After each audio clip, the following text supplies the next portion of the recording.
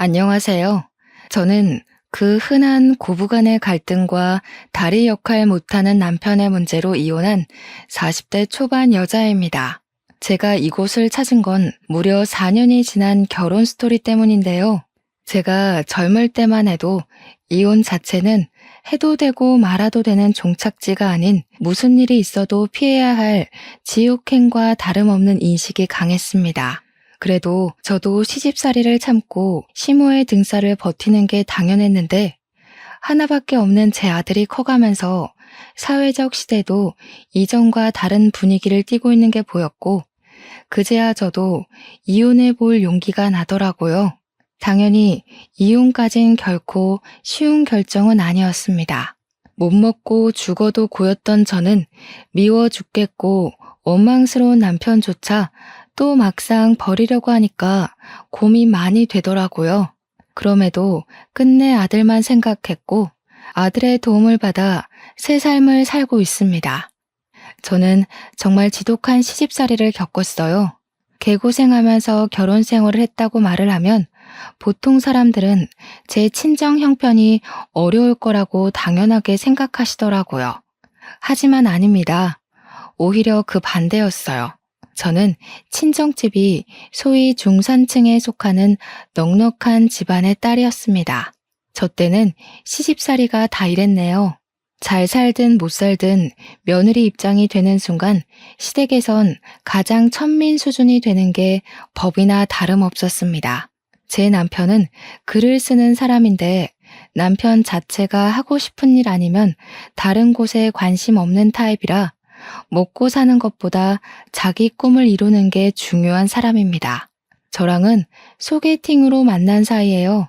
젊을 때는 남편의 열정이 마음에 들어서 금방 인연이 되었고 글만 쓰느라 제대로 된 벌이가 안 되던 남편 때문에 데이트 비용은 거의 제가 냈습니다. 당시에 여자가 돈 내는 건 흔치 않은 인식이었어요. 그런 사회적 배경치고는 제 머리가 조금 깨어 있었나 보네요. 저는 누가 돈을 내던 상관없는 입장이었거든요. 남편의 경제력도 당연히 그리 중요하게 생각하지 않았습니다. 제게는 사랑하는 마음이 더 중요했어요. 남편과 1년을 사랑하면서 정말 소설 같은 순간이 많았기에 저는 2번 다시 이런 남자는 만날 수 없다고 착각했고 그 콩깍지 덕분에 결혼까지도 자연스럽게 결심을 하게 되었어요. 양가 어른들을 뵙기 전만 해도 저랑 남편 사이는 문제가 없었습니다. 그러나 상견례 날 예상치 못한 일을 겪게 되어 저는 남편의 여건을 배려해서 장소 예약을 우리 친정에서 잡고 미리 계산까지 해놨는데요. 갑자기 상견례 닥친 하루 전날에 남편이 제게 전화해서 예약 장소를 취소하라고 하더라고요. 시모가 친정이 정한 곳 말고 자기가 맛있는 데 한다고 다른 곳을 예약해뒀으니 본래 예약된 곳 무르라는 통보였습니다. 친정에서 예약한 곳은 고급 일식집이었는데 거기는 무조건 예약제로만 운영이 되어서 중간에 취소를 할 경우 위약금을 물어야 되거든요. 심지어 하루 전날 취소를 한다면 환불 금액은 겨우 60%밖에 안 됩니다. 만약 100만 원 식사 자리였다 치면 60만 원만 돌려받는 거라고요. 저희 집이 여유 있다고 했지 돈이 사치 부릴 정도로 잘 사는 집은 아니거든요. 부자든 아니든 어쨌든 일이 이렇게 돼버리면 서로 만나기 전부터 감정이 상하게 되잖아요. 그래서 저희 부모님이 그날 밤 잠을 제대로 못 주무셨습니다. 기분이 엄청 안 좋아서요. 그래도 어쩌겠어요. 남편 말로는 시모 의견이 너무 완고해서 어쩔 수가 없다고 자기도 곤란해하던걸요. 그렇게 바뀐 장소는 저희 친정 부모님의 감정을 또 한 번 상하게 만들었는데요. 충격적이게도 고기 냄새 폴폴 나는 번잡한 식당이 아니겠어요? 그 식당이 나쁘다는 게 아닙니다. 그냥 그렇게 시끄럽고 정신없는 곳은 상견례 장소와 맞지 않다고 생각했을 뿐이에요. 저희 친정 부모님은 상대방에게 격식을 차린다고 아주 곱게 단장을 하고 오셨는데 상견례 마치고 남은 건 온 옷에 다 밴 고기 냄새뿐이었던 걸로 기억합니다. 그렇다고 상견례 분위기가 좋았던 것도 아니에요. 시모가 인사 나누자마자 우리에게 던진 첫 마디는 시모의 인품을 그대로 드러냈습니다. 장소가 고깃집이란 소리 못 들었는가 보네. 비싼 옷 버리게 돼서 어째요? 우리 집은 늘 이랬고 앞으로도 이렇게 살 건데. 곱상하게 자란 따님이 적응하려나 모르겠네요. 안 싸돈도 그 집의 며느리시니까 아실 거예요. 어디 며느리 일이 보통 일인가요? 곱상하다고 봐주고 돈 많다고 참아주고. 저희 집은 그런 거 없습니다. 그 말을 듣는 순간 저는 시모가 이 결혼을 탐탁치 않아 한다는 걸 눈치챘습니다. 저희 친정 부모님도 시모의 빈정거림에 표정을 어둡게 했어요. 그러니 시모와 다르게 눈치는 있던 남편과 시부가 나서서 시모의 거침없는 발언을 말려주었습니다. 사부인께선 애들 만남이 마음에 들지 않나 봐요. 아니면 우리 딸이 별로 못마땅하신 건가? 저희는 다른 거 안 보고 그저 딸애가 원하는 남자랑 결혼시키는 걸 목적에 두고 있거든요. 사위될 사람이 저희들 마음에 들든 아니든 딸 의견 존중해서 이 자리에 나왔다는 소리예요. 아이고, 기분이 상하셨나 보네. 저렇게 곱상한 따님을 주신다는데 마음에 안 들 리가 있겠어요? 사랑 많이 받고 자란 티가 나길래 괜히 저희 집 오면 고생할 거니까 안쓰러워서 한 소리 한 거지요. 저한테는 과분한 며느리네요. 말씀에 교양이 참 없으시네요. 제가 딸을 주는 게 아니라 딸이랑 그쪽 자식이 잘 살도록 응원해주는 거죠. 자식이 물건도 아니고 주고 말고가 어딨겠어요. 그날 상견례 분위기는 그야말로 엄마들의 기싸움으로 끝났습니다. 엄마는 주변에 사람들이 많다 보니까 최대한 예의 차려 마무리한 거였어요. 상견례 이후로 친정 부모님은 얼마나 노발대발 저의 결혼을 반대했는지 모릅니다. 하지만 그때만 해도 제 젊은 패기가 쓸데없이 결혼 의지에서 발산이 돼버렸네요. 남편을 너무 사랑했고 고작 어른들의 문제로 헤어지고 싶지 않다는 미친 소리를 해버렸습니다. 남편도 저희 부모님을 찾아와서 시부모는 신경 안 써도 된다고, 저 없이는 못 산다고 며칠을 무릎 꿇고 빌었죠. 저와 남편의 완강한 고집에 친정 부모님은 결국 반기를 들어주었어요. 제가 결혼을 강력하게 주장하긴 했지만 저라고 왜 이 결혼이 안 찝찝했겠습니까? 시모의 말투, 표정, 눈빛만 보아도 저를 싫어하는 게 느껴지는데 이 결혼이 고민 안 됐겠어요? 저를 기다리고 있을 시집살이만 생각하면 당연히 무서웠죠. 결혼을 말리는 수많은 감정들이 저에게 경고를 보냈는데도 저는 남편한테 눈이 멀어 굳이 가시밭길을 택했습니다. 누구 탓을 할 생각 없어요. 제 탓인 거 잘 알거든요. 그렇게 쓸모없는 사랑이란 감정으로 결혼을 해버렸고 시모의 권유로 합가를 시작했어요. 요즘 같으면 당연히 친정한테 도움을 조금 받아서 분가를 했을 겁니다. 그런데 그때는 결혼을 하면 웬만한 며느리들이 거의 다 시댁에 합가를 해서 살았을 적이었어요. 그것마저도 저한테는 당연한 결정이었다는 거죠. 어느 누가 시댁을 대상으로 머리를 굴려볼 생각을 했겠습니까? 그때는 요즘처럼 메신저도 부족했고 주위에 결혼한 사람들이 많이 있지 않은 이상 소문으로 다양한 사례를 듣는 것도 쉽지 않았었어요. 저랑 남편은 신혼여행도 못 갔습니다. 결혼식 끝나자마자 몸살이 난 시모 때문에 남편이 여행 다 취소하고 시모에 간병을 했기 때문이죠. 그때는 시모가 아프다는 사실에 저도 놀라서 여행 따위 상관없다고 솔선수범 나서서 시모를 챙겼습니다. 참 순진했고 바보 같은 짓이었어요. 나중에 결혼한 지 1개월 정도 지나고 난 후에 시부가 저희를 배려해줘서 그나마 제주도 여행 정도는 다녀올 수 있었습니다. 그게 저와 남편이 둘만 즐긴 여행의 끝이었어요. 저는 결혼한 지 5개월 정도부터 나이 30대 중반이 될 때까지 시댁에서 씻지 못할 상처를 경험했습니다.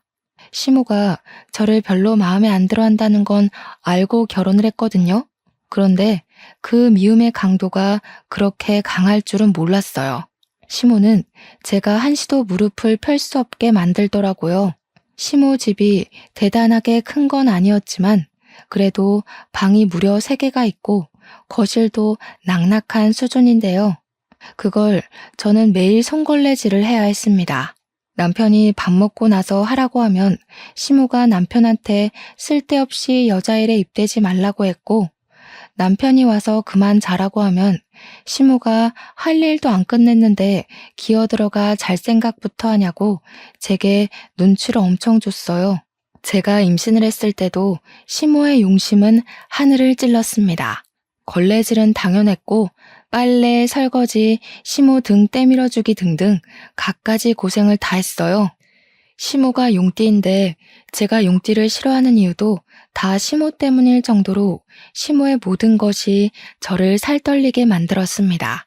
아, 그리고 제가 출산에 거의 임박해갈 무렵 시모가 임신에 좋다면서 무슨 한약을 지어줬는데요.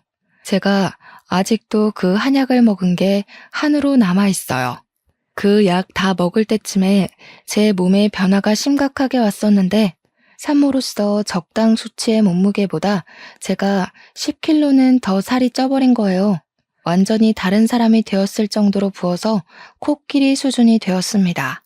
남편도 깜짝 놀랐을 정도로 변화가 빠르게 찾아온 거였어요. 당신, 이 정도로 살찌는 건 애한테도 안 좋지 않아? 쌍둥이를 뵌 것도 아닌데 무슨 살이 이렇게 쪘어? 많이 먹었어? 먹긴 뭘 먹어. 요즘 입덧 심해서 제대로 입에 넣지도 못하는 거 봤잖아. 아무래도 어머님이 지어주신 약 때문인 것 같아.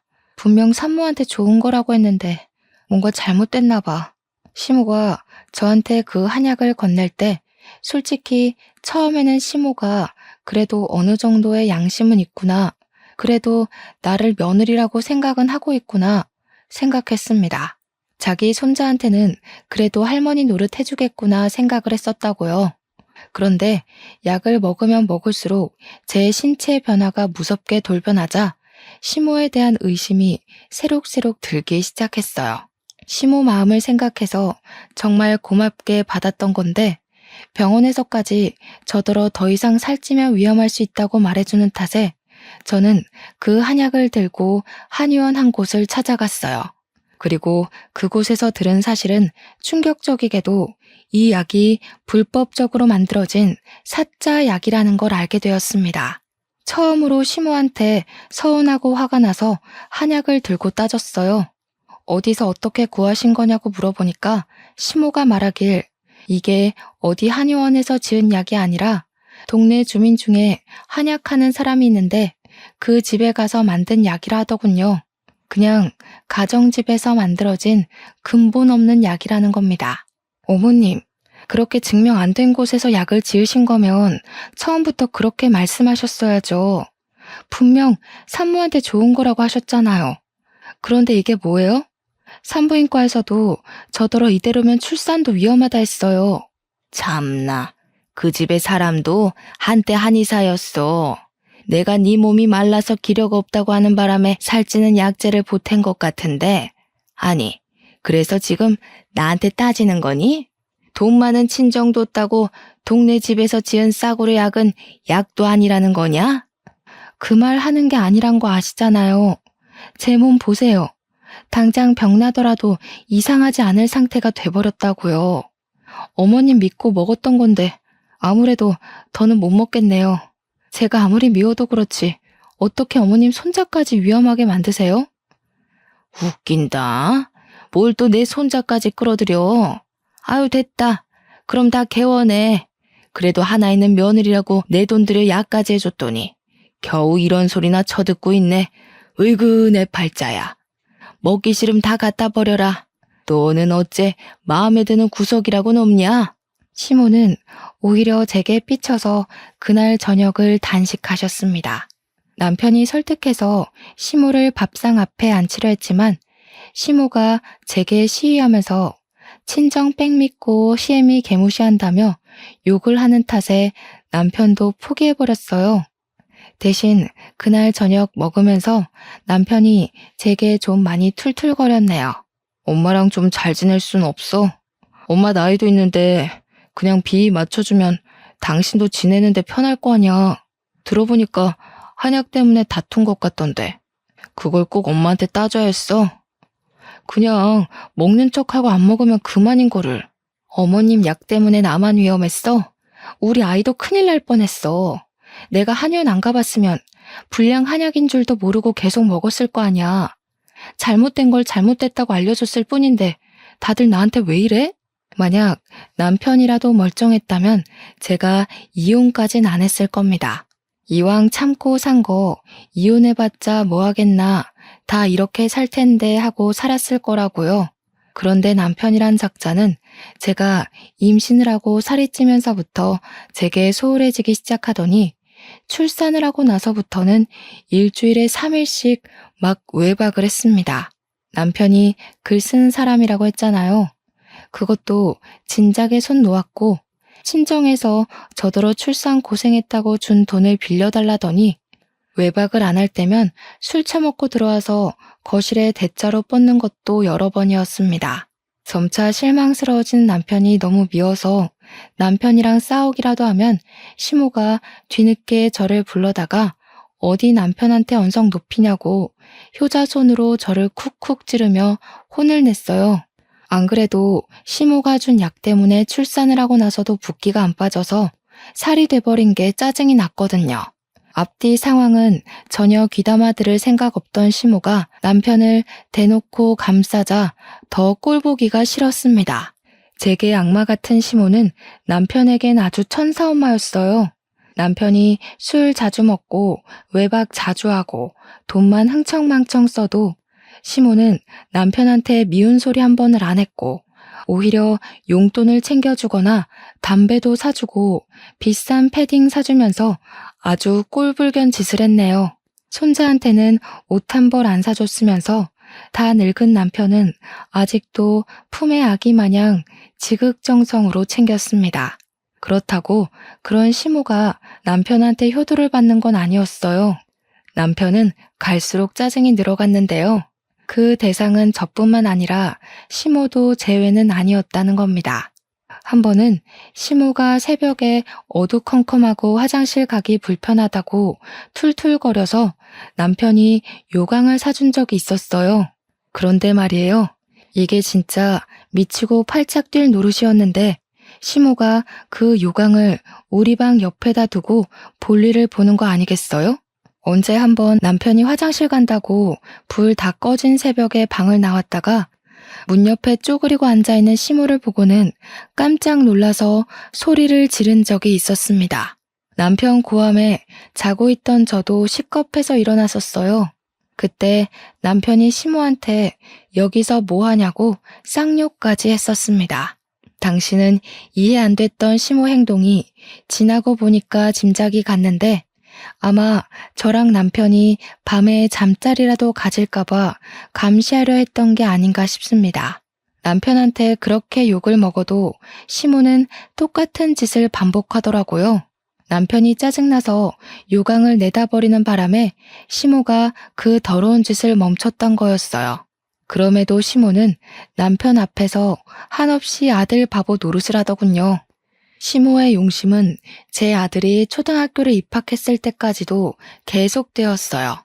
우리 아들이 혼자 학교를 등교하려면 자리를 익혀야 하니까 제가 초반에만 일일이 등하교를 동행했었는데요. 그럴 때마다 제가 집을 비워야 되니까 시모는 그게 또 마음에 안 들었나 봐요. 아주 끼고 살아라 끼고 살아. 가서 공부까지 하고 오지 그러니 새끼들 그리 오냐오냐 키워봐라. 나중에 다 등쳐먹고 도망이 나가지. 너 같은 부모 때문에 뉴스에 나오는 못된 애들이 사방에 출몰해서 범죄나 일으키는 거야. 제가 집안일을 안 해놓은 것도 아니거든요. 그런데 그 잠깐 20분 정도 없는 걸로 시모가 하루 종일 저를 쫓아다니면서 툴툴거리더라고요. 그때까지만 해도 저는 속으로만 시모 욕을 하며 모든 걸 참아 삼켰습니다. 자꾸 참았던 건 제가 참는 걸 잘해서가 아니라 그땐 참아야만 되는 줄 알았어요. 남편이 제 첫 남자이기도 했고 이미 가정이 꾸려졌고 이혼은 최대한 피해야 했으니까요. 그럼에도 제가 한번 큰 소리를 내며 집안을 시끄럽게 만든 날이 있었는데요. 바로 남편의 불륜이 제게 들통났을 때였습니다. 누구는 숨 안 막혀? 나도 속이 썩어 들어간다고. 어떻게 가족이랑 자식 새끼를 두고 그런 천박한 짓을 저지를 수 있어? 네가 그러고도 아빠야? 나는 이 집에서 개고생을 하면서 다 참고 사는데 너는 탱자탱자 놀기만 하면서 그게 답답하다고 바람을 피워? 그럼 너도 바람 피우던가. 네가 여자 같지 않아서 더는 안 끌리는데 어쩌라고. 남자가 일하고 싶고 돈 벌고 싶은 원동력은 다 여자한테서 나온다는 거 몰라? 와이프라는 사람이 덩치가 나만한데 내가 그런 힘이 생기겠어? 내 탓하기 전에 제발 네 자신을 좀 돌아봐. 애 키우고 시집살이 하느라 따로 몸 관리할 시간이 없던 저는 심호 약 때문에 부었던 살을 전혀 빼지 못해서 통통한 몸을 그대로 유지하고 있었습니다. 근데 그걸 남편이 따끔하게 지적을 하니 순간 제 처지가 너무 서럽고 배신감이 치밀어 오르더라고요. 결국 저는 99번을 참다가 겨우 한 번 터뜨려서 남편의 귀싸대기를 날렸습니다. 하지만 남편이 저를 여자로 생각 안 한다는 사실을 망각했다는 게 큰 실수였어요. 남편은 저를 더 이상 소중하게 봐주지 않더라고요. 그래서 제가 겨우 한 대 날린 뒤로는 전세 역전되어 남편에게 손 쓸 수 없을 만큼 제가 남편 발에 구부러졌습니다. 그 순간 열린 방문 틈으로 저희를 몰래 훔쳐보던 시모랑 제가 눈이 마주쳤는데요. 시모가 바로 모른 체 하더라고요. 그 뒷날도 우리가 다툰 것에 대해 일절 언급하지 않았고 남편 불륜에 대해서도 전혀 물어보는 게 없었습니다. 아들이 쓰레기처럼 망가지더라도 시모한테는 사랑스러운 내 아들일 뿐인가 봐요. 다시 생각해도 정말 구역질나고 소름 끼치네요. 남편의 불륜은 한두 번이 아니었습니다. 여자도 굉장히 짧게 만나고 많이 바뀌었어요. 우리 아들이 중학생이 되었는데도 남편의 바람기는 날로 살아나기만 할 뿐 전혀 죽을 생각이 없더군요. 저는 우리 아들 공부에 방해될까봐 최대한 남편이랑 안 싸우려고 노력했고 싸우더라도 방문 닫고 큰 소리를 냈지만 아마 들릴 수밖에 없었을 거예요. 저희 방이랑 아들 방이 나란히 붙어 있거든요. 아들에게 부모의 못난 모습을 계속 노출하는 것도 제게는 또 하나의 곤욕이었습니다. 아무리 감추려고 해도 어쩔 수 없는 저의 처지를 아들이 어느 순간부터 알고 있다는 티를 내기 시작했어요.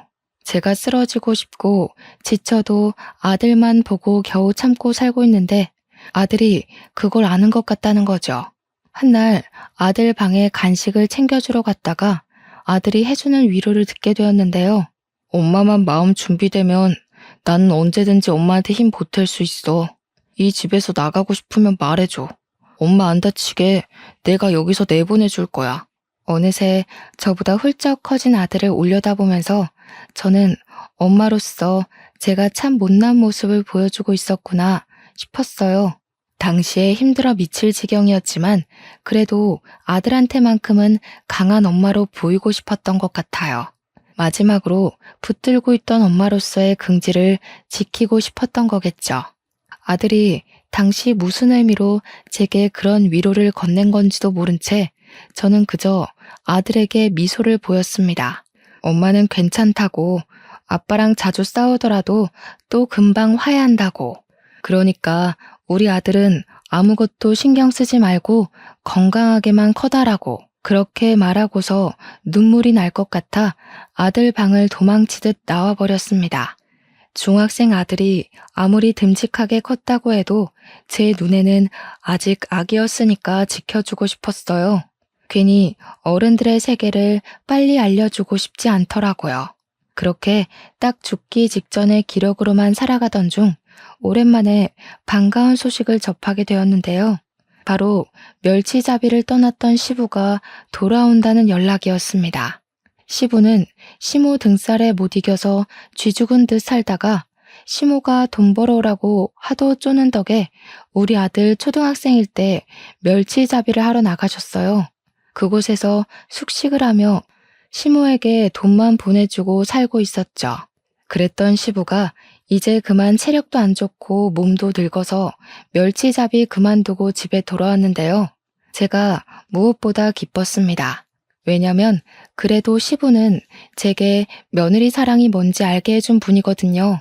시모 눈치 때문에 제게 마음껏 애정은 못 주셨지만 시모 몰래 뒤에서 저를 근근히 챙겨주셨어요. 제가 목도 못 축이고 걸레질을 하는데 물도 떠다 주셨고요. 마트를 다녀올 때면 제가 좋아하는 뻥튀기도 꼭 사다 주셨어요. 이런 소소한 마음들이 제겐 마른 하늘의 담비 같은 존재였습니다. 그러니 반가웠죠. 아들 말고는 제 편 없는 이곳에서 아군이 생긴 기분이었거든요. 그런데 역시나 집안 분위기에 찬물을 끼얹는 건 늘 시모 짓이었어요. 시모는 무려 10년 넘게 멸치잡이로 타지에서 고생을 하고 온 시부에게 해도 너무한 시비를 걸었는데요. 쥐꼬리만한 돈 찔끔찔끔 보낸 주제에 뭐 대단한 일 했다고 반겨줘? 이제 골병 들어서 들어갈 돈 더 많겠네. 이럴 거면 그냥 나가서 콱 죽어버리지. 집 찾아올 기운은 있고 돈 벌 기운은 그리도 빨리 죽디? 그 말은 제 화까지 돋을 정도로 충격적이었습니다. 저는 시부 반응을 먼저 살폈어요. 역시나 시부 또한 무척 화가 난 상태더라고요. 무려 10년을 돈 갖다 바쳤는데 고작 한다는 소리가 저런 말이니 이건 하늘이 인내심을 시험하기 위해 시모를 보낸 게 아닌가 싶을 정도로 밥맛인 발언이었습니다.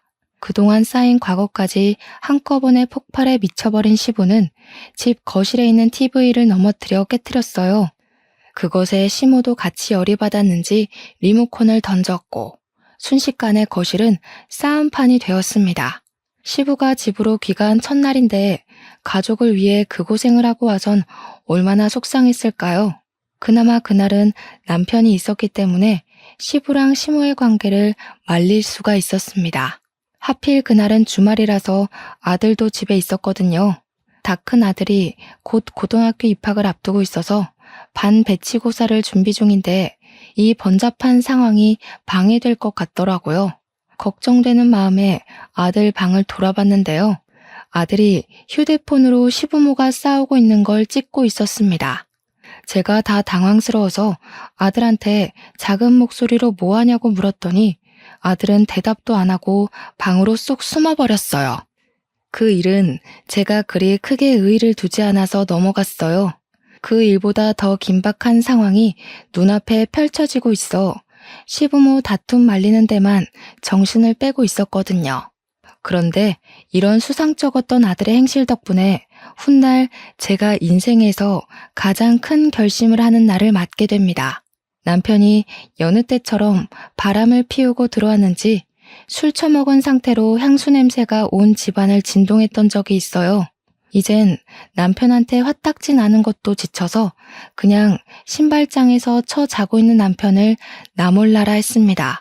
새벽에 시모가 화장실 가다가 발견하면 남편 안 챙겼다고 뭐라 하겠지만 그냥 남편 꼬락서니가 너무 짜증나고 실증나서 아무 생각도 하기 싫었어요. 그렇게 남편을 내버려둔 채 혼자 방에 누워서 잠을 청하려고 했는데요. 근 20년간 쌓인 화병 때문에 속이 후끈후끈거려서 도무지 잠이 안 오더라고요. 특히 남편을 신발장 밖에 버려뒀다고 하지만 그로 인해서 일어나게 될 다른 스트레스들이 자꾸 머릿속에 그려져서 오히려 잠이 달아났습니다. 당연히 시모로부터 받는 고충이겠죠. 시모를 개무시하고 싶지만 제 성격상 그게 잘 안 되더라고요. 시모한테 받을 스트레스가 벌써부터 신경이 쓰여서 속에 불이 나는 것 같았습니다. 그렇게 눈을 감고서 가슴 중앙을 퍽퍽 때리고 있을 때였어요. 그 순간 누가 우리 방 문을 철컥 열었고 저는 당연히 남편을 발견한 시모라고 생각을 했습니다. 방문 열리는 순간 심장이 더 미친 듯이 뛰었어요. 시모 얼굴 마주하기도 전에 숨이 턱 막혀버렸죠. 하지만 의외로 들린 목소리는 엄마라고 부르는 제 아들의 기척이었습니다. 저는 벌떡 일어나서 제게 다가오는 아들 손을 붙잡았어요. 그 야밤에 무슨 일이라도 생긴 줄 알고 급급하게 물었더니 아들이 좀 난감한 소리를 하더라고요. 엄마, 이혼해. 지금도 아빠 때문에 계속 못 자고 있었지? 엄마가 그만 아빠한테서 해방됐으면 좋겠어. 나 고등학교 입학하면 외갓집에서 지내고 싶은데. 엄마가 이혼하고 나 외갓집에 데려가줘. 그게 갑자기 무슨 말이야. 아들, 외갓집 가고 싶었어? 갑자기 왜? 이혼 얘기는 또 뭐고? 이 밤에 그 말하려고 엄마 찾아온 거야? 아들은 제 말에 답은 하지 않고 갑자기 휴대폰을 켜더니 어떤 사진을 보여줬습니다. 아들이 하나둘씩 보여주는 건 제 심장 박수를 미친 듯이 높여주었어요.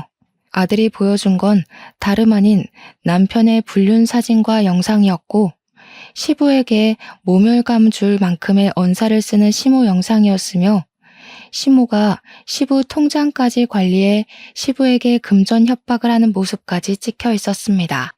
그리고 제가 무엇보다 깜짝 놀라서 아들 휴대폰을 떨어뜨리기라도 했던 사진이 있었는데요. 그건 가장 마지막에 나온 증거 영상이었어요. 할아버지가 보내준 돈으로 할머니가 딴짓하고 다녔더라. 나 이 할아버지 동네에서 봤어. 나무 아래서 고스톱 치던 할아버지 기억나? 예전에 엄마랑 내가 쓰레기 버리러 갔을 때 나한테 용돈 하라고 10,000원 준 할아버진데. 기억이 나지 왜 안 나겠습니까? 그게 당시로부터 불과 2달 전 일이었거든요.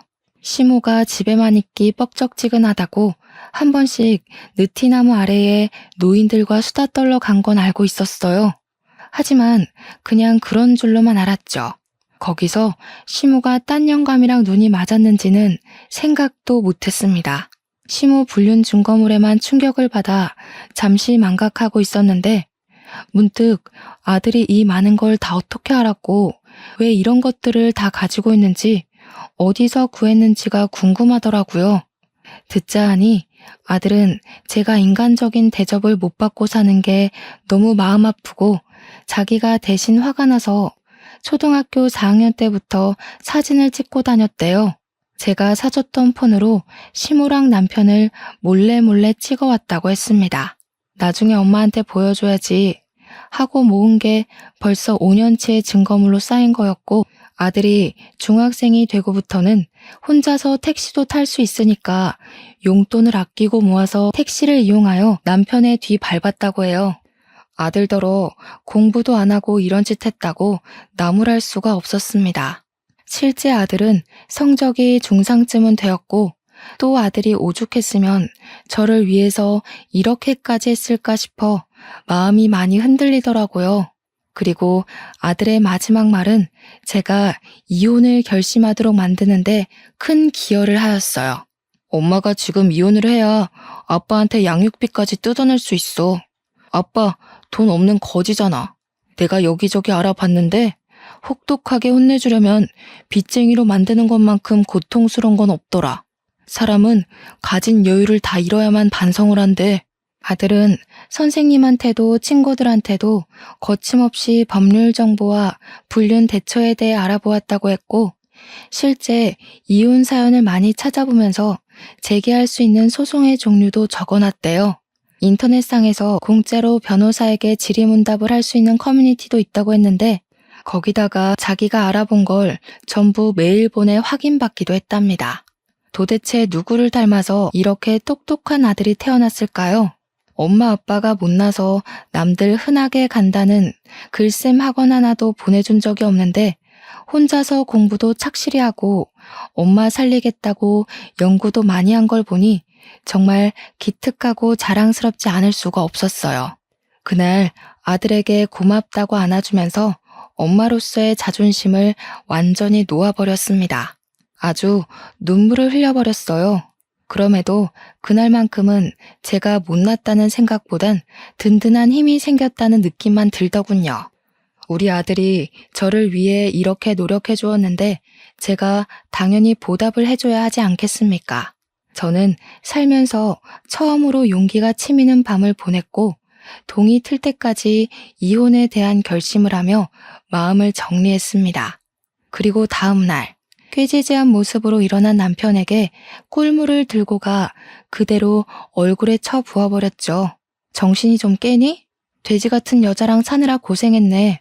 나도 더는 창놈이랑 한 이불 덮고 못 살겠다. 이 집에서 나가줄 테니까 너랑 똑같은 년 끼고 살면서 계속 거짓골로 놀고 먹어라. 아우씨, 이 여자가 미쳤나? 뭐하는 짓이야? 네가 또 정신이 나갔구나? 살찌더니 뇌에도 살이 쪘냐? 그럼 내가 또 교육해줘야지. 순간 남편이 제 머리채를 잡으려 할 때였어요. 일찍 일어난 아들이 이미부터 그걸 보고 있다가 남편한테 달려들었습니다. 남편은 숙취 때문에 정신이 핑 돌아서 그대로 나자빠지고 말았어요. 엄마한테 손대지 말라고 소리치는 아들한테도 남편은 쌍욕을 하며 삿대질을 하기 시작했습니다. 그때 거실 밖으로 나온 시부모가 저희를 목격했는데요. 시모는 자기 아들이 신발장 구석에 패대기 쳐진 꼴을 보고서 제게 쌍심지를 켜고 달려들었어요. 저 또한 당시 무슨 자신감이었는지 손에 들고 있던 쟁반으로 어그적 달려오는 시모를 날려버렸습니다. 시모가 깜짝 놀라 소리도 못 지르고 대굴대굴 굴렀어요. 내가 언제까지 참아줄 거라 생각했어요? 끝까지 사람 굴리고 괴롭히면서 재미 좀 많이 보셨겠네요. 제가 어머님이랑 몇십 년을 부대끼고 살면서 배운 게 하나 있어요. 이젠 제가 좀 재미를 보려고 하거든요. 기대되시죠? 아이고 허리야. 정신 나간 년이 감히 시애미를 잡아뜨려? 이게 약을 먹었나? 어디서 싸가지 없게 입을 놀려? 너 진짜 미쳤냐? 저 정도는 미친 것도 아니더라고요. 앞뒤 다르게 가면 쓰고도 뻔뻔하게 얼굴 쳐들고 사는 사람도 있던데.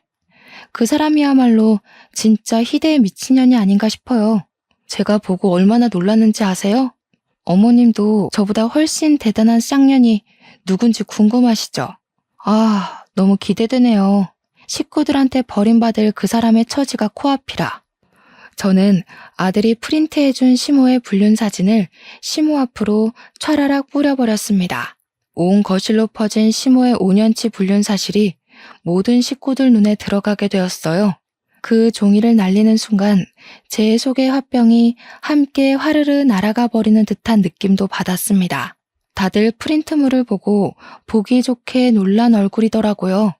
시모는 아까까지만 해도 며느리가 사람 죽이네 병원비 내놔라 하면서 허리를 부여잡더니 그것도 거짓말이었는지 허겁지겁 그 프린트물 감추는데 사력을 다했습니다. 하지만 그게 어디 숨겨지겠습니까?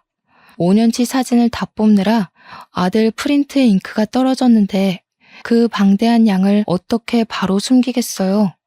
시부 눈에 들어가는 건 당연했고 시부는 그 사진들을 구기면서 분노로 부들부들 떨고 있었습니다. 그런데 그 사이 일어난 남편이 또 저를 덮치려 했어요. 아들이 아니었다면 제가 머리통 한 대는 맞았을지도 모릅니다. 저는 바로 남편한테 달려들어서 아들에게 손찌검하려는 남편을 밀며 남편 팔을 깨물었어요. 여자처럼 멋없게 비명을 치던 남편도 저를 째려보다가 뒤늦게 시모 불륜 사진을 보았습니다. 무척 당황한 표정이더군요. 어떻게 부모 자식이 똑 닮았다? 네 거 없을까봐 아쉽지. 걱정 마. 우리 똑똑한 아들이 친히 네 것까지 준비했더라고. 너 같은 걸레한테는 합의도 아까워서 말이야. 소송 감당하려면 꿀물 처먹고 얼른 속 차려서 위자료 미리 준비할 거야. 어디 제주껏 돈 구해봐. 쭈글탱 아줌마들 만나면 큰돈 좀 꿀 수 있을 것 같은데? 당신 이 여자 저 여자 안 가리잖아. 남편은 숙취 때문에 벌게진 눈을 하고서 상황 파악을 열심히 하고 있었습니다. 머리가 빨리빨리 안 돌아가나 봐요. 그러거나 말거나 더 이상 제 남편도 아닌데 제가 챙길 일은 아니라고 생각했네요. 남편이 아니라는 것만으로도 얼마나 마음이 편하던지 속에 묵혀진 화병이 쑥 내려가 버렸습니다. 그 사이 우리 아들은 시부한테 다른 영상까지 보여주면서 할머니한테 소송하고 상간남도 소송하라고 차근차근 설명해주고 있었어요. 게다가 시부 입장은 시모가 시부에게 극한의 모멸감을 주면서 돈을 협박했기 때문에 협박죄까지 물을 수 있다고 하더라고요.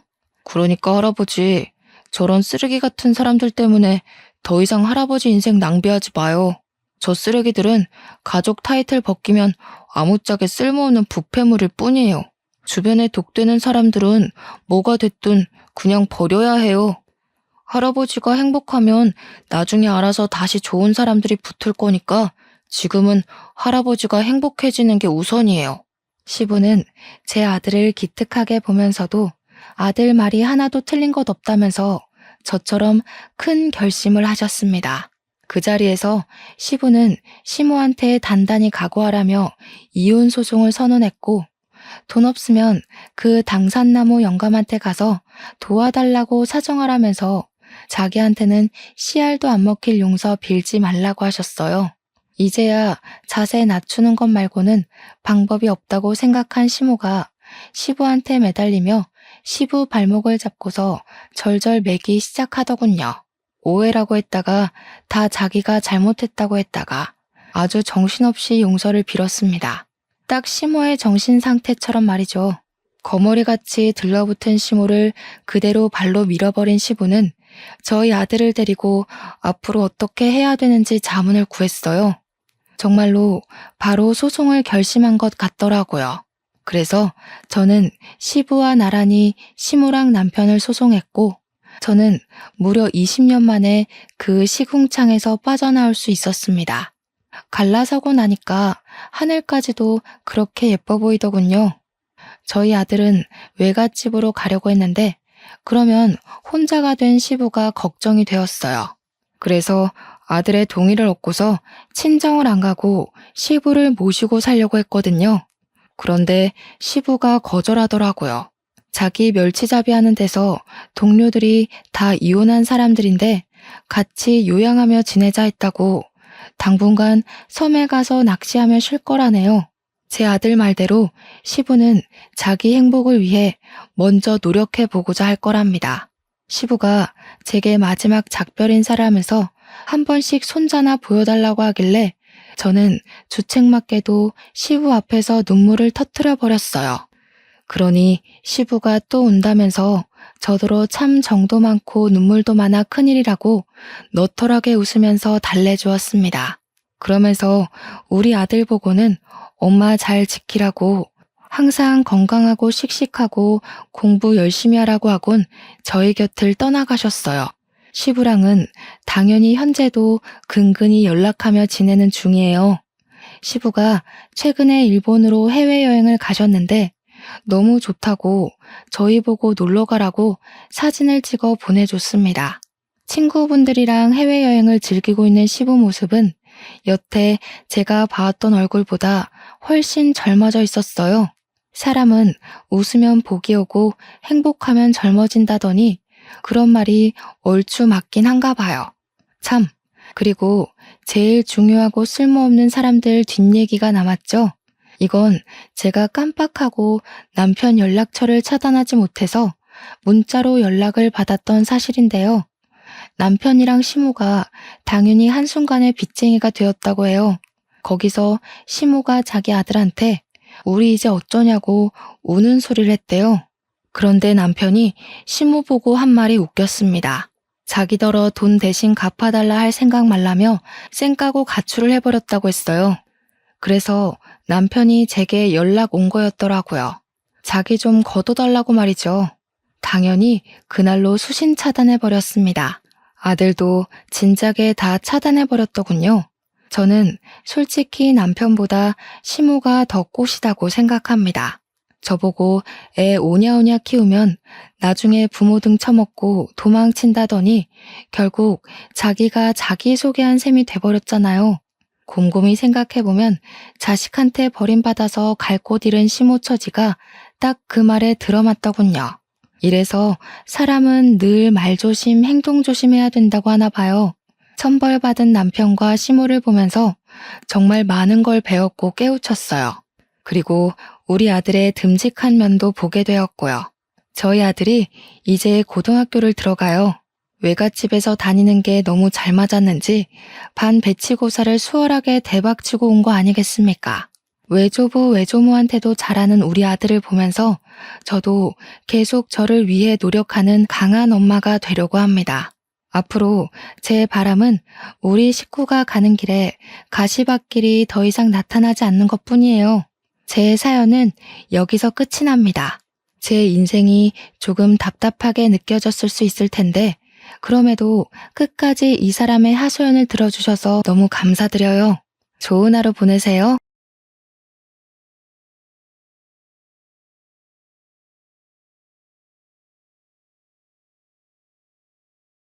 안녕하세요. 저는 차남 시부를 둔 30대 며느리입니다. 제게는 착한 시부모님이 계세요. 시부모를 일컫는 소개에 착하다는 수식어가 무척 어색할 수 있다고 생각하는데요. 저도 제가 이렇게 귀여운 시부모를 만나게 될 줄은 몰랐네요. 남편을 사랑하니까 조금은 손해보더라도 시부모님 잘 모셔야지 생각하며 결혼을 시작했는데 딸 같은 며느리라는 말의 진리를 경험하게 되었습니다. 그냥 저는 시댁에서 며느리 타이틀을 단 딸이었다는 거죠. 그만큼 시부모가 저를 많이 편하게 대해주고 위해줬다는 겁니다. 그래서 제 결혼 생활에 스트레스가 없었냐고요?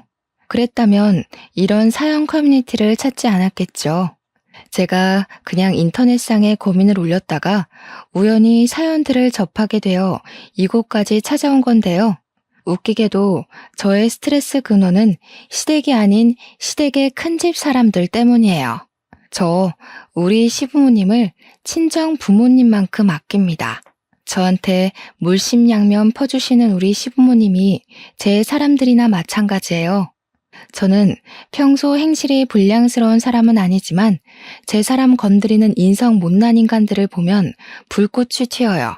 특히 그게 우리 가족 일이라면 제 마음속 폭주기관차가 정신을 못 차리고 직진만 한답니다. 그래서 제가 본의 아니게 시댁과 큰집 사이에서 방대한 불을 지피고 말았네요. 제가 잘한 짓인지 아닌지는 저도 잘 모르겠습니다. 다만 후회하지는 않아요. 아마 다들 제 입장 들어보시면 이해해 주시지 않을까 싶습니다. 어디 한번 들어보시고 판단해 주시겠어요?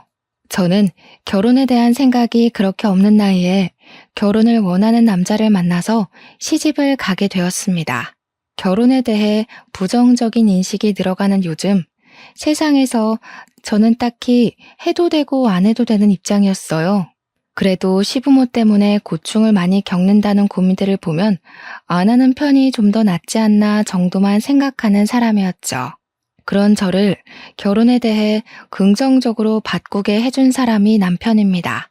남편은 저보다 한 살이 많았는데 또래에 비해서 생각이 점잖고 결혼에 대한 가치관이 고지식하지 않았어요.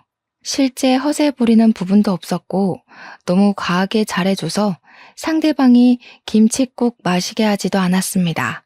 그냥 연애하는 내내 쭉 한결같은 사람이었다는 겁니다. 감정 기복 활활 타오르는 제게 남편의 존재는 잔잔한 호수와도 같아서 제 안에 있는 쓸데없는 불길을 조절할 수 있었어요. 게다가 부부가 되려면 은근 중요한 코드인 유머 감각도 저랑 아주 쿵짝이 잘 맞았어요. 처음으로 누군가와 한 지붕 아래 살아야만 한다면 남편이 제 곁에 있었으면 좋겠다고 생각했죠. 그래서 남편이 먼저 해준 프로포즈에 앞뒤 생각 안 하고 기쁘게 받아들였습니다. 청혼을 받고 나니까 남편 집안이 궁금하더라고요. 남편이 간단하게 얘기해 준 적은 있어도 그건 시댁 집안의 형편 정도지 어떤 분위기의 집안인지는 들어보지 못했습니다. 제 질문에 남편은 흔쾌히 집안 얘기를 꺼냈는데요. 남편 얘기만 들었을 땐 시부는 남편과 비슷하면서도 늘 헛소리를 안 하는 분이라 했고, 시모는 점잖은 시부에 비해 조금 애교 있고 웃음 많은 사람이라고 했습니다. 그 말만 들었는데 왜 시부모에게서 저와 남편의 향기가 나는지 모르겠더라고요. 어딘가 모르게 비슷한 결이라고 생각이 되어서 그런가 시부모에 대한 긴장은 크게 하지 않았습니다. 역시나 시부모는 인품이 훌륭하신 분들이었어요. 우선 저를 많이 사랑해줬고 딸이 없는 집이라서 그런지 마치 딸이 생긴 것 같다고 특히 시모가 제게 많이 관심을 줬습니다. 시부모 반응이 이런데 친정에서는 얼마나 고마웠겠어요. 저희 친정 부모님이 저 결혼하고 제가 합가한다는 소식에 한우 세트를 2세트나 보내셨습니다. 그런 시부모님은 또 며느리 잘 뒀다고 저를 더 좋아해 주셨죠. 남편이 시부모님 나쁜 사람 아니라고 말했던 건 틀린 말이었어요. 나쁜 사람 아닌 게 아니라 그냥 세상 착하고 순하고 바른 분들이셨습니다. 특히 시모는 제가 시모를 졸졸 따라다니면서 집안일을 배우려고 해도 가서 TV 보고 앉아있으라고 젊을 때 몸 사려야 한다며 저를 자꾸 주방에 못 오게 하시는 분입니다. 하지만 저는 제가 좋아하는 사람에게 잘해주고 싶은 고집이 장난 아니거든요.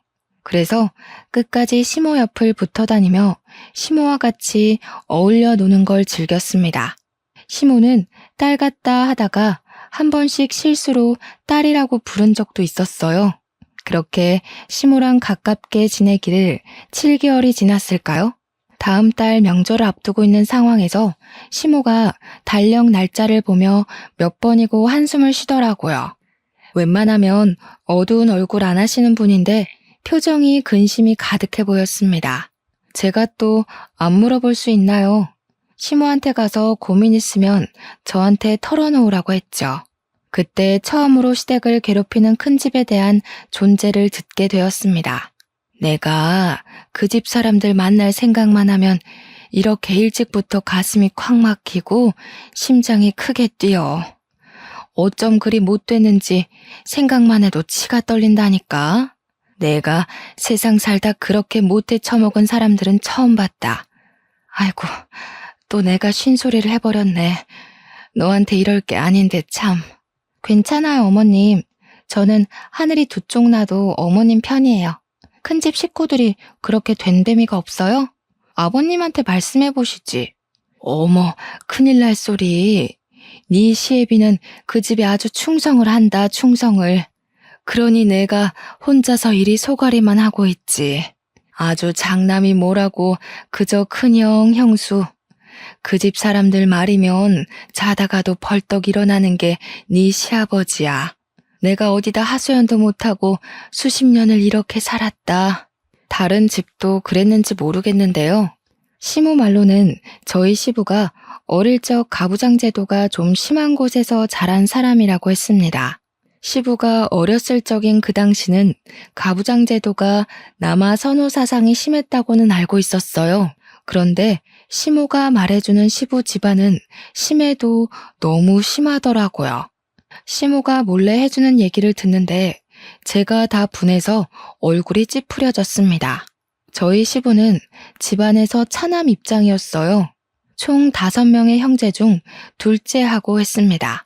공교롭게도 셋째부터는 명이 짧아서 시부가 20살 되기 전에 다 돌아가셨고 장남과 차남 둘만 남은 상황에서 둘의 차별은 더욱 극명하게 드러났다고 합니다. 제 눈에는 정숙하게만 했던 시부의 숨겨진 처지를 시모한테 듣고 알게 되었는데 시대를 그렇게 타고나지만 않았어도 우리 지혜로우신 시부가 그런 분한 취급은 당하지 않았을 겁니다. 들어보니 시부는 시 조부모 집에서 홀대당하는 것에 익숙한 사람이었어요. 시부는 단 한순간도 따뜻한 대접 없이 자란 차남이었는데 일단 밥 먹는 것부터 편애가 바로 드러났더라고요. 시조부랑 장남은 큰 상에다 늘 따뜻한 밥과 빛깔 좋은 반찬들이 차려졌는데 시조모랑 시부 그리고 그의 잡다한 입들은 남은 반찬을 먹거나 따뜻한 밥도 남는 걸로 겨우 얻어먹을 수 있었답니다. 그런데도 시부는 찬밥 좋아한다며 찬밥을 즐겨 먹곤 했다는데 그게 습관이 된 건지 가끔은 독립을 하고 나서도 찬밥을 찾는다고 해요. 여러분은 고깃국인데 고기 없이 풀떼기만 있는 국을 받으면 기분이 어떻겠습니까? 게다가 가족한테 말이에요. 저는 바로 따져 들었을 거예요. 하지만 시부에게 고기 없는 것 정도는 서러운 축에도 안 낀다고 하더군요. 그런데 장남한테는 시조부 시조모가 등골 빠지도록 번 돈으로 유학도 보내주고 교수도 만들어줬더라고요. 그리고 장남이 결혼할 때쯤엔 시조부가 돌아가셨는데 시조부가 남긴 유산으로 신혼집이랑 혼수 가구, 예단비를 잔뜩 해줬다고 합니다. 웃긴 건 시조부 유산이 원래 우리 시부한테도 주라고 돼 있었대요. 그런데 시조모가 마음대로 결정해서 장남한테 다 준 거라고 하더군요. 그런데도 장남인 큰아버님은 자기 건의가 더 중요한 사람이라 시조부 돌아가시고 홀로 남은 시조모를 못 모시겠다며 외면했다네요. 외면을 한 절대적인 이유는 큰아버님 와이프가 고부 갈등 겪기 싫다고 반대하는 바람에 나 몰라라 한 거랍니다. 우리 착한 시부는 요양원 가겠다는 시조모를 결국 내버려두지 못해 본인이 모셨고 시무랑 같이 한 10년 정도 한 집에 살다가 시조모가 돌아가셨다고 했어요. 큰아버님 만행은 이게 끝이 아닙니다.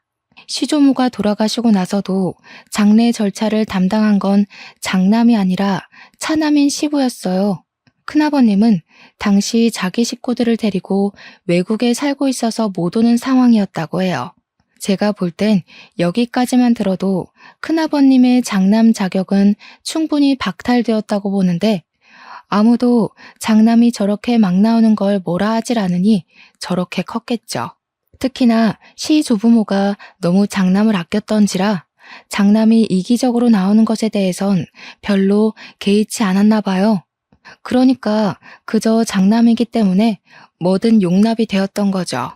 그래서 시조모 유산도 역시나 큰아버님 앞으로만 되어 있었대요. 시조부모님은 죽는 그날까지 장남 이름만 부르다가 돌아가셨다고 합니다. 정작 뒤치다꺼리 다 해준 사람은 차남이었는데 말이에요.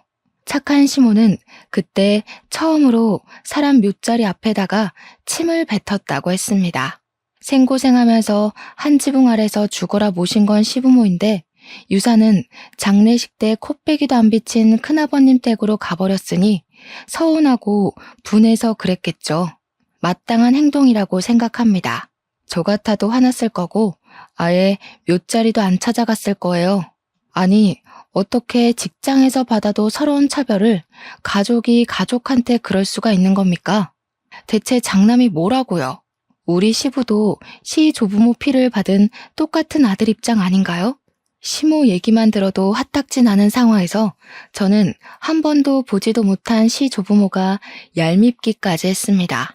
제사도 원래 큰 집에서 하는 거라고 들었는데 장남은 한 번도 시조부모 제사를 챙긴 적도 없고 찾아온 적도 없다네요. 우리 시댁에서 시조부모 제사를 담당하고 있었어요. 그 얘기를 들은 후로 저는 시조부모 제사를 챙기고 싶지가 않았습니다. 그래도 시부모가 챙기는 제사니까 따르긴 했는데요. 대신 절을 하면서도 제사상을 차리면서도 저는 속으로 시조부모를 엄청 원망하고 흉봤어요. 제가 시모한테 억울했겠다고 어떻게 그 고생을 다 참고 살았냐고 위로의 말을 조심스레 건넸는데 시모는 그냥 살다 보니 사라지더라네요.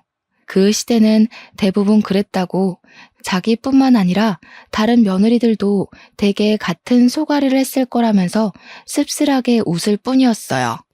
이건 시대적 배경이라 어쩔 수 없이 이해를 해야 된다고 하는데 저는 이해하고 말고보다는 일단 그런 차별 대우 자체에 화가 났어요.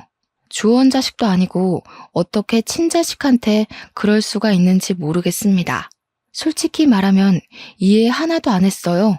시모한테는 죄송하지만 속으로는 내내 딴 생각하면서 시조부모만 비난했습니다. 그렇다고 시부 집안에서 치켜 세웠다는 장남이 그리 대단한 사람도 아니었거든요. 대접받을 만큼 뭐라도 집안의 보탬이 된 사람이면 시조부모의 행실을 어떻게든 납득해봤을 텐데 시모가 말하는 큰 아버님은 듣기만 해도 이기적이고 자기밖에 모르는 사람이었습니다.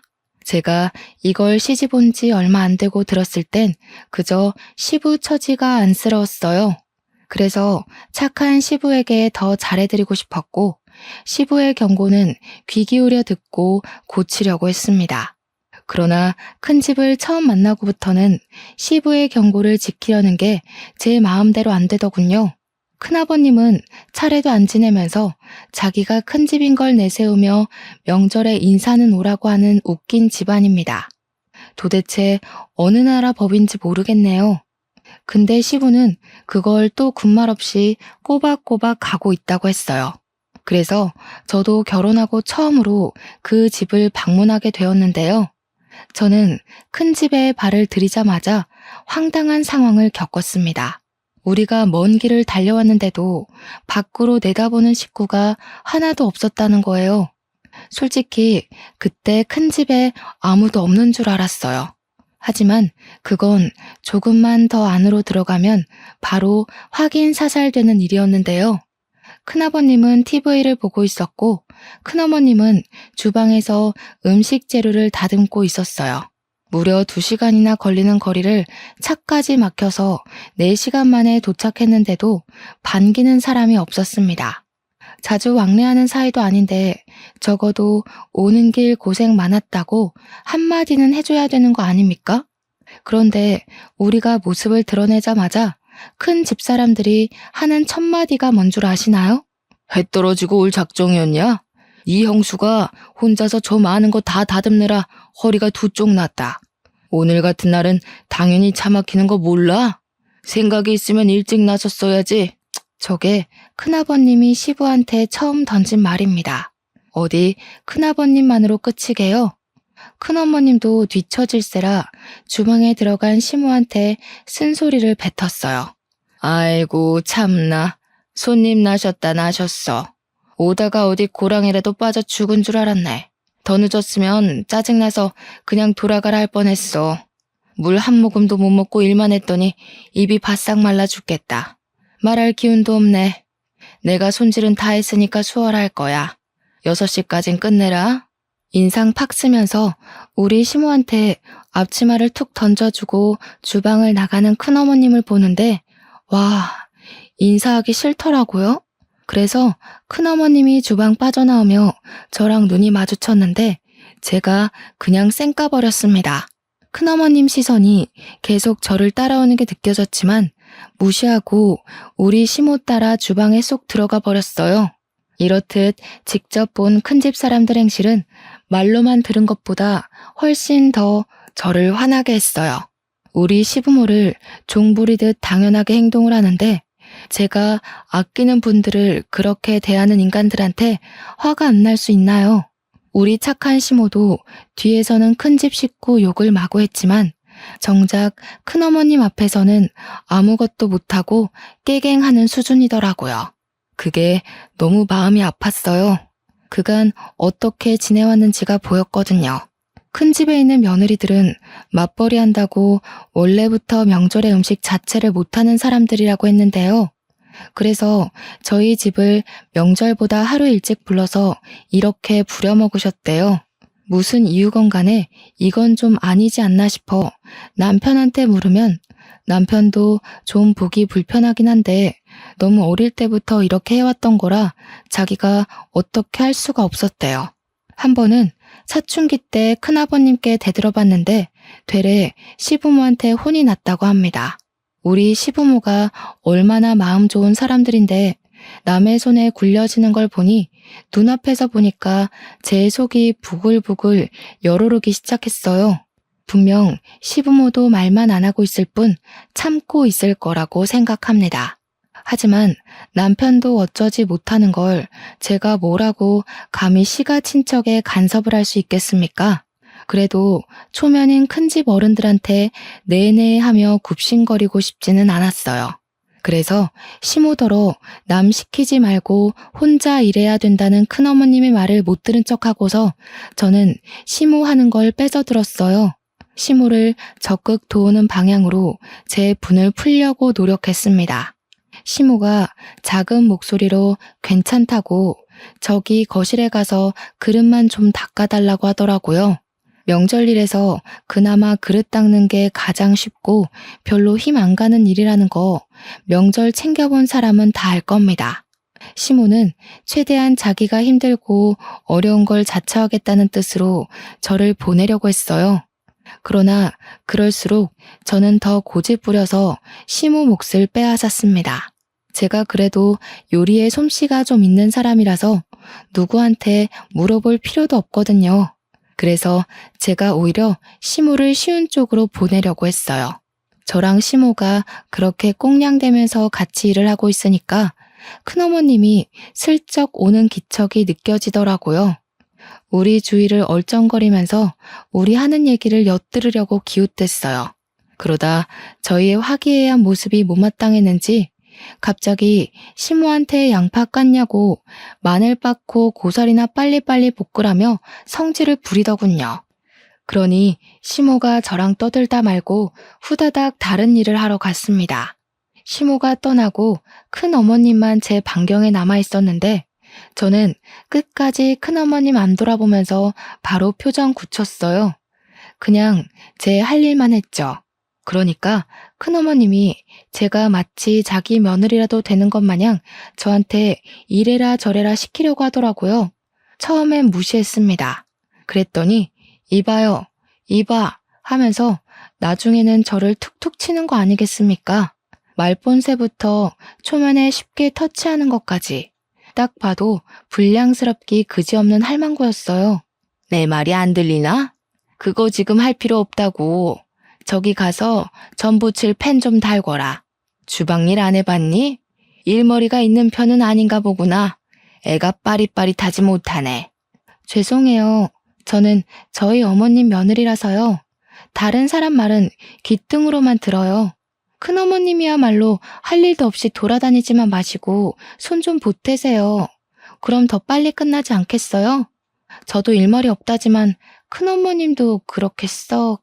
저는 싱긋 눈웃음 치면서 차분한 톤으로 고개만 까딱 인사했습니다. 그리곤 또 큰어머님 말을 무시하며 제 할 일만 했어요. 그런데 저 때문에 시모도 놀라고 큰어머님도 충격 먹어서 순간 정적이 흐른 거 있죠.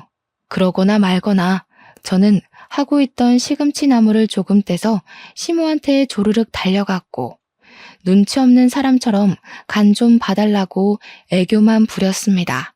우리 귀여운 시모 당황해서 얼떨결에 간을 봐주더라고요. 그러면서 큰어머님 눈치는 계속 봤고요. 좀 싱겁죠? 아, 어머님 솜씨 따라가려면 더 배워야겠어요. 어머님은 어쩜 그렇게 요리를 잘하세요? 제가 진짜 100점짜리 시어머니를 뒀네요. 큰어머님은 우리 모습이 기가 찼는지 그 뒤로 주방을 박차고 나가서 들어오질 않았습니다. 주방이 보이는 방향으로 거실에 앉아 저랑 시무를 노려보고만 있더군요. 저는 제멋대로 행동한 거라 시무가 한 소리 할 줄 알았는데 다행히 시무는 아무 언급도 안 하셨어요. 그냥 저한테 더 살갑게만 대할 뿐이었습니다. 그리고 제가 남편에게 부탁해 거실에 놓인 그릇 좀 닦아달라 했어요. 며느리 부탁이면 하늘의 별도 따줄 것처럼 귀한 대우 주는 시부까지 제 말에 그릇 닦는 걸 도왔습니다. 그런데 큰어머님 산을 넘었더니 이번에는 주야장천 TV만 보던 큰아버님이 문제였어요. 그새를 못 참고 시부한테 나불거리는 거 아니겠습니까? 야야 형기야, 물기 있는 걸로 닦았으면 마른 수건으로도 닦아야지. 거참 몇십 년째 명절을 챙기는데 아직도 초짜 짓을 하냐. 너는 어쩜 예나 지금이나 발전이 없냐. 큰아버님은 말마다 혀를 차는 습관이 있더라고요. 그것 때문에 사람을 더 무시하는 본새가 심하게 느껴졌고 저는 순간적으로 우라가 치밀었습니다. 아, 진심으로 짜증나대요. 제가 이렇게 속에 열이 많은 사람인지 여태 모르고 살았어요. 저는 부쳐놓은 고추전을 바구니를 들고서 베란다에 건조를 시켜야겠다고 룰루랄라 거실을 가로질렀습니다. 그러고는 바닥에 양말이 미끄러진 척 들고 있던 바구니를 날려 큰아버님 머리통에 쏟아버렸어요. 그러자 큰아버님은 소리 꽥 질렀고 큰어머님은 난리 나서 큰아버님의 원형 탈모 머리를 손으로 닦고 문질렀습니다. 어머나, 죄송해요, 큰아버님. 바닥이 왜 이렇게 미끄럽지? 아, 여기 바닥에 기름기가 있네. 큰어머님 청소 안 하셨구나. 평소에 좀 제대로 해놓으시지.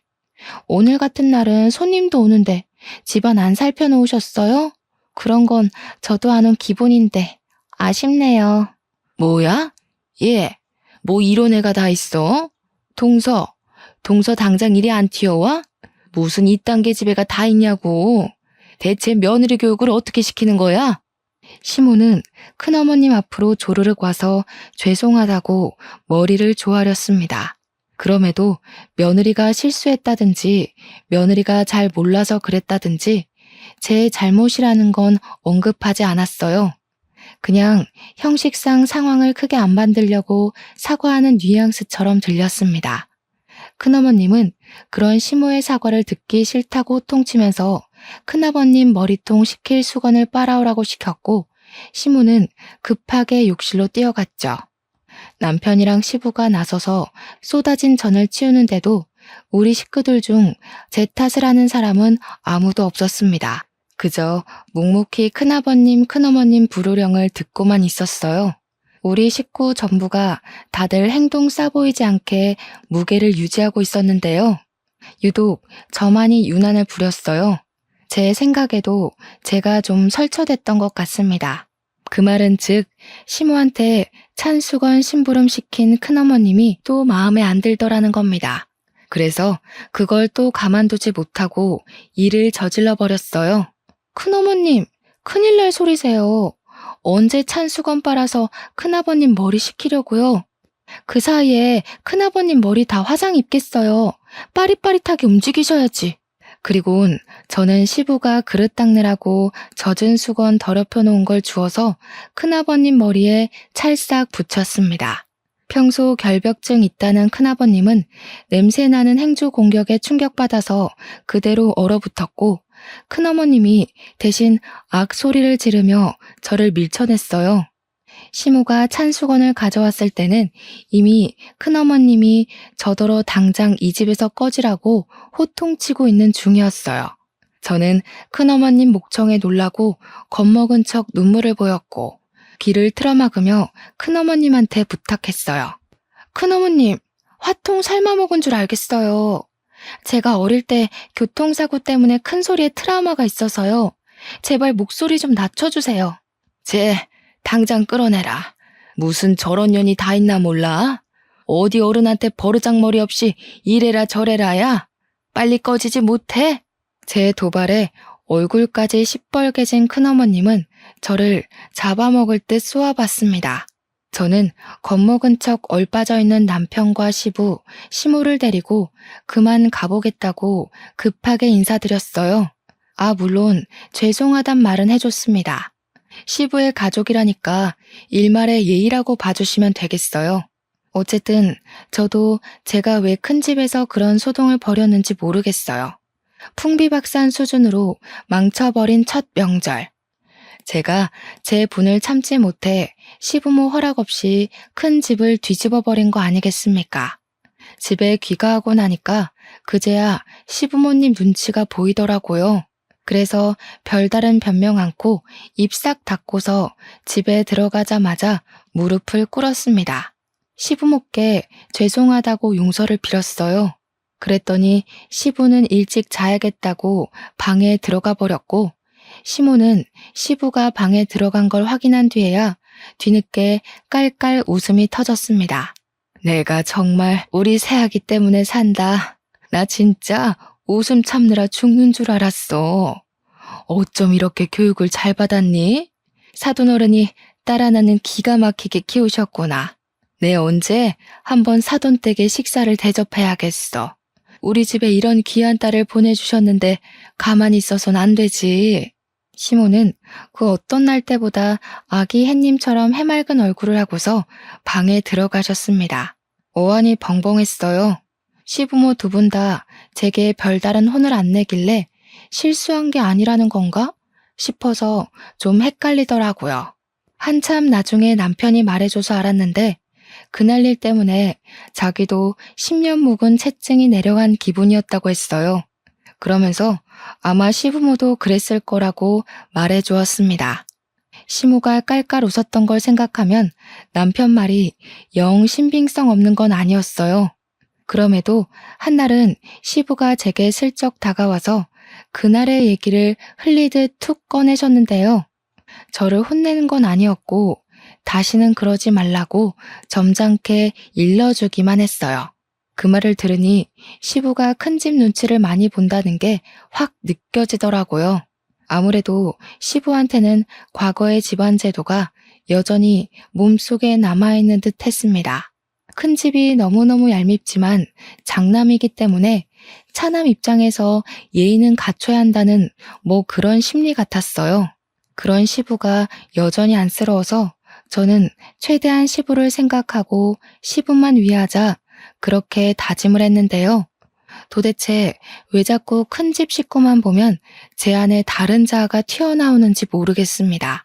첫 명절에 거대한 대면식을 치른 후 제가 두 번째로 큰 집을 만나게 된 건 큰 집에서 직접 우리 시댁에 찾아왔을 때였어요. 큰 집에서 우리 시댁을 찾는 일은 거의 없다고 들었는데 어떻게 그런 날이 닥쳤네요. 그런데 시작도 하기 전 불만스러웠던 건 저희가 큰 집을 찾았을 때와 다르게 시부모님이 큰 집에서 도착한다는 시간보다 1시간이나 먼저 맞이할 준비를 하더라고요. 마치 집안에 또 다른 행사라도 생긴 것 마냥 집안 상태며 냉장고 상태며 화장실이며 신경 쓰는 게 한둘이 아니었습니다. 시모 말로는 큰 집이 참 말 많은 사람들이라서 그게 너무 지치고 피곤하니까 미리 차단하려고 그러는 거라네요. 그렇게 도착한 큰 집 사람들을 저희가 다 쪼르르 나가 환대를 해주었습니다. 큰 집을 문 앞에 마중 나간다는 것 자체가 못마땅했지만 시부가 하니까 저도 시부를 위해서 예의를 차렸어요. 제가 안녕하세요 하는 순간 큰어머님이 제 앞을 지나가면서 저를 엄청 째려보더라고요. 지난 명절 때 일로 계속 화나 있는 듯 했어요. 그리고 큰아버님은 이번에 모자를 쓰고 오셨더라고요. 혹시 그날 진짜 화상이라도 입으신 건가 했더니 모자를 벗은 뒤 깔끔한 머리통인 걸 보고 안심했습니다. 모자도 그냥 벗은 게 아니라 눈앞에 차려진 다과상에 뜨거운 게 없는지 살핀 후에야 벗더라고요.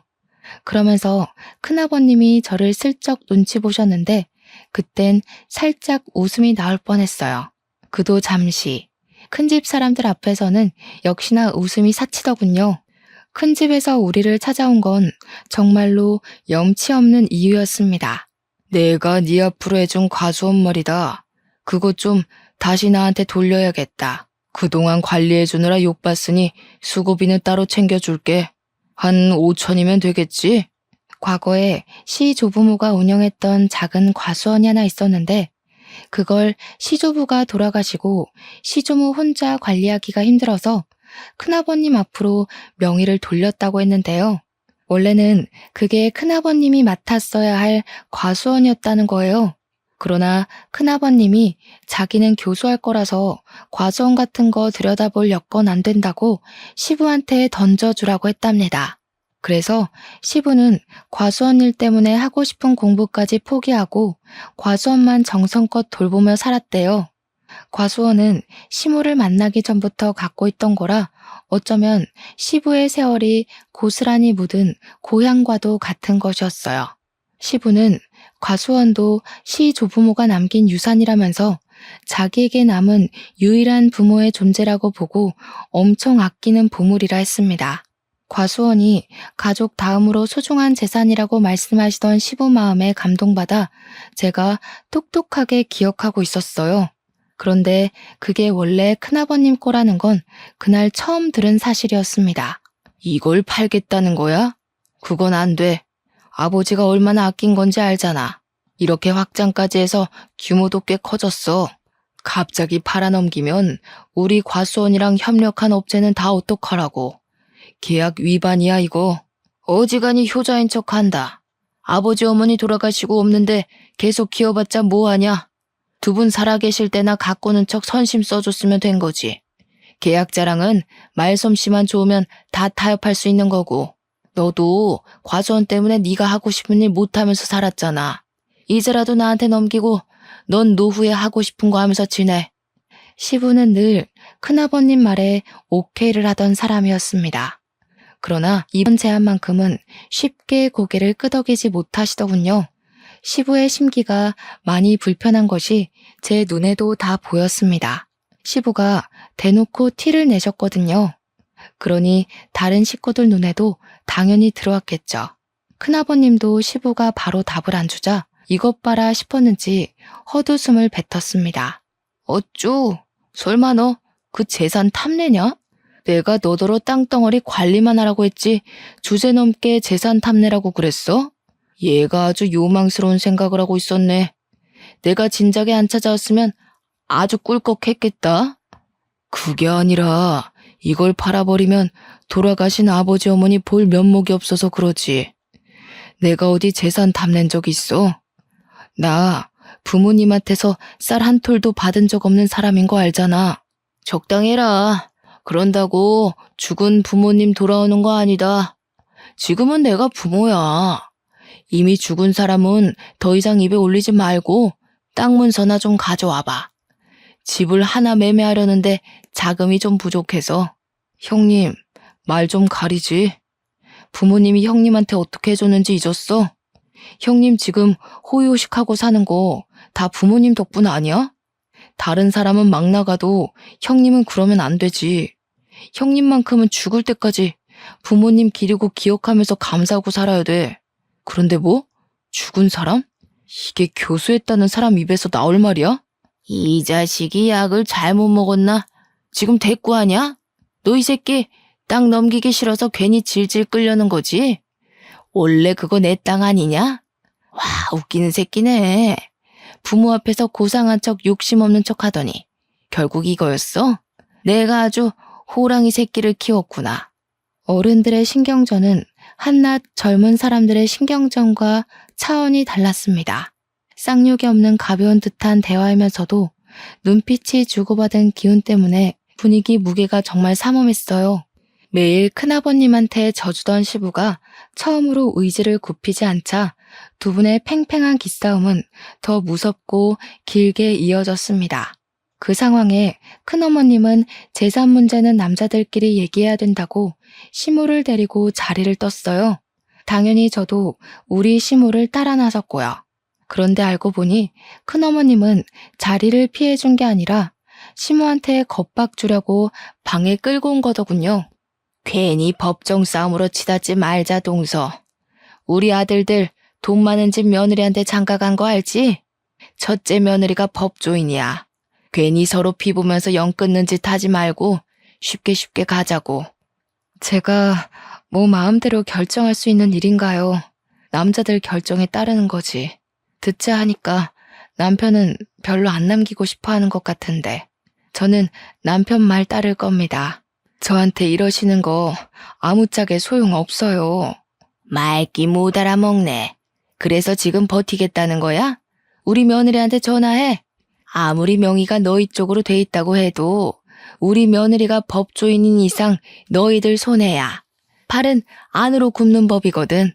나 세 번째까지는 곱게 안 묻는다.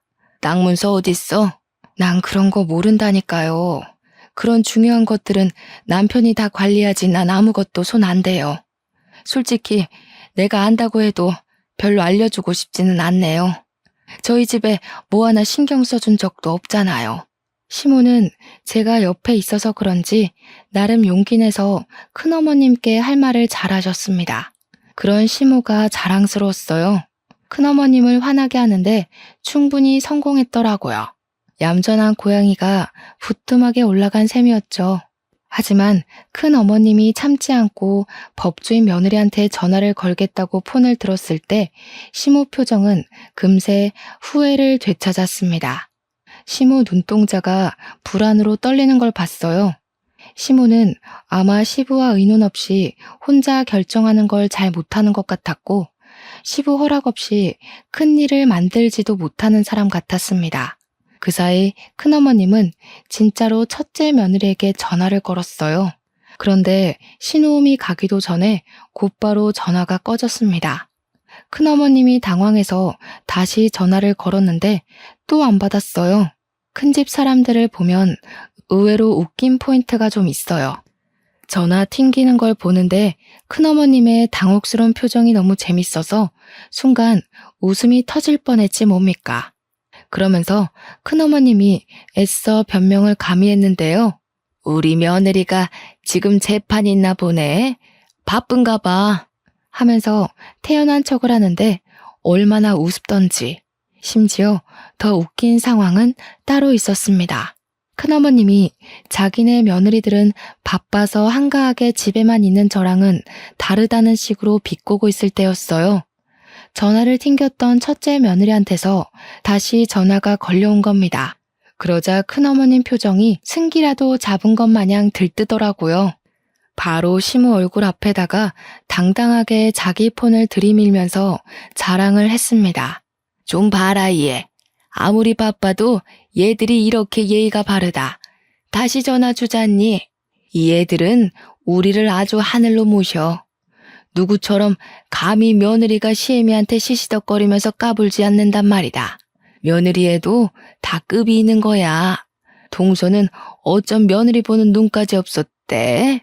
큰어머님은 저랑 시모를 쌍으로 엿먹여주고서 뿌듯하게 전화를 받았는데요. 받자마자 수화기 너머로 첫째 며느리의 성난 목소리가 쨍쨍 울렸습니다.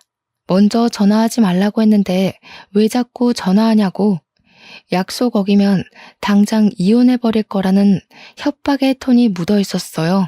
큰어머님이 늙어서 귀가 안 좋으니까 음량을 크게 해놨는데 덕분에 우리한테도 다 들렸던 거죠. 차라리 전화 안 받을 때가 덜 쪽팔렸겠어요. 훨씬 더 매정하게 끊긴 전화는 큰어머님 얼굴을 시뻘겋게 만들었습니다. 정적이 흘렀는데 그 순간 저는 이때다 싶어서 시모 팔짱을 끼며 말했어요.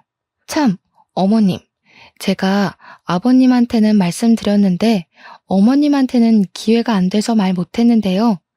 저희 큰아빠가 얼마 전에 판사 퇴직하셨거든요.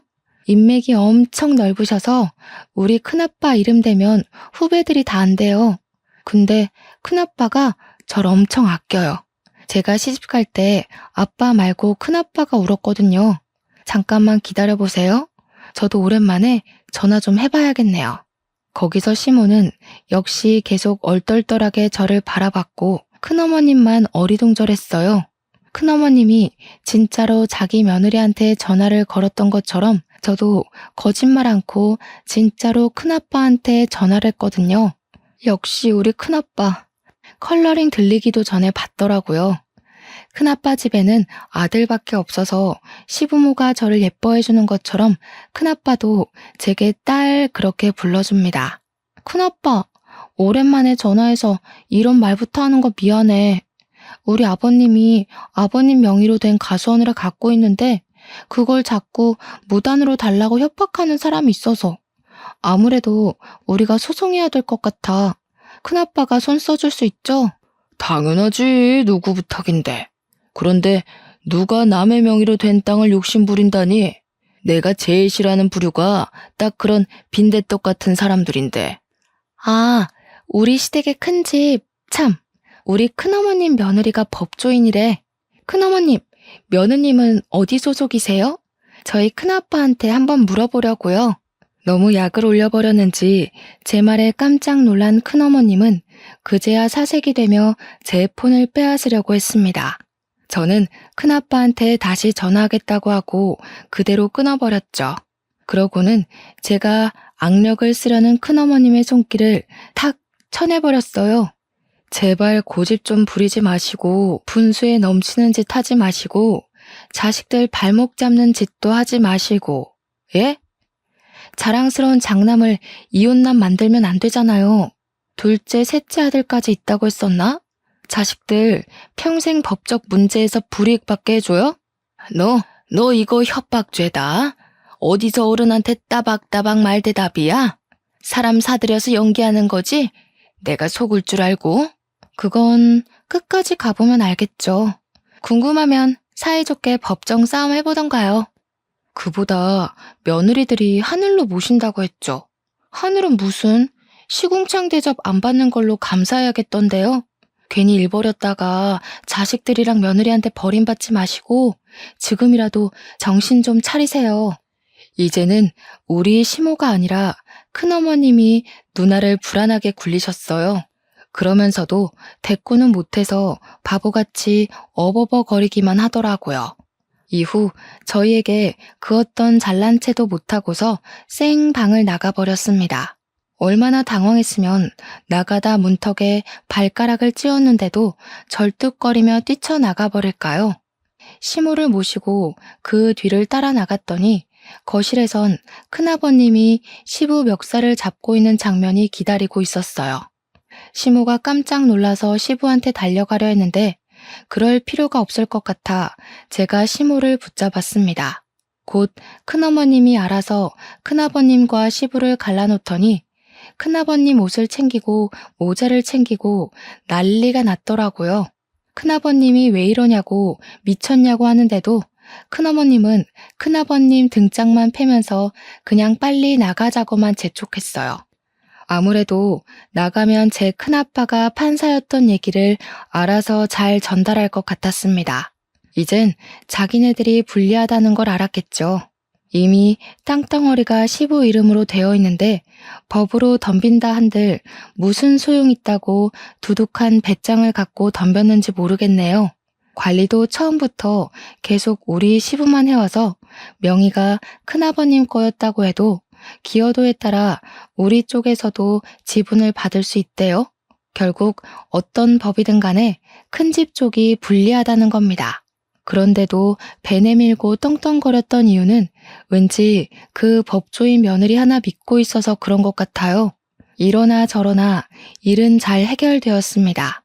그날 대판 싸운 이후로 큰 집은 2년이 지난 지금까지 우리 시댁을 찾지 않고 있어요. 양심 없이 명절에 부르지도 않고 귀찮게 땅 내놓으라고 시비 걸지도 않습니다.